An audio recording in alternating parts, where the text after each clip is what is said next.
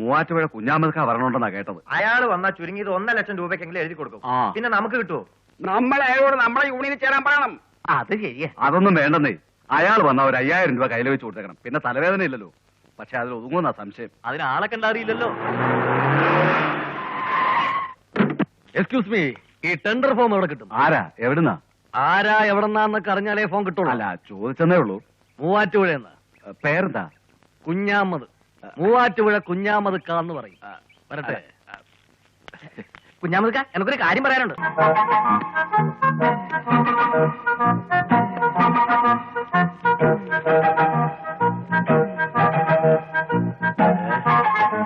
എനിക്ക് വേറൊരു ടെൻഡർ ഉണ്ട് കഴക്കൂട്ടത്ത്, കുറച്ചുകൂടെ വലിയ എമൗണ്ടിന്റെ. അതുകൊണ്ട് മാത്രമേ ഇപ്പൊ സമ്മതിച്ചെന്നേ ഉള്ളൂ. പിന്നെ എനിക്ക് ഈ കാശൊന്നും ഒതുക്കി ഇരിക്കട്ടെ, ഇതൊരു സ്ഥിരം ശീലം. വരട്ടെ. ഓക്കെ. ഈശ്വര.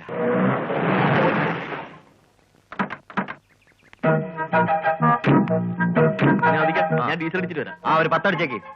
ഇതാരാ? അയ്യോ അറിഞ്ഞൂടെ, അതല്ലേ മൂവാറ്റുപുഴ കുഞ്ഞാദിക്ക. അപ്പൊ അതാരാ? ഞാൻ സരസൻ, ടെൻഡർ സരസൻ.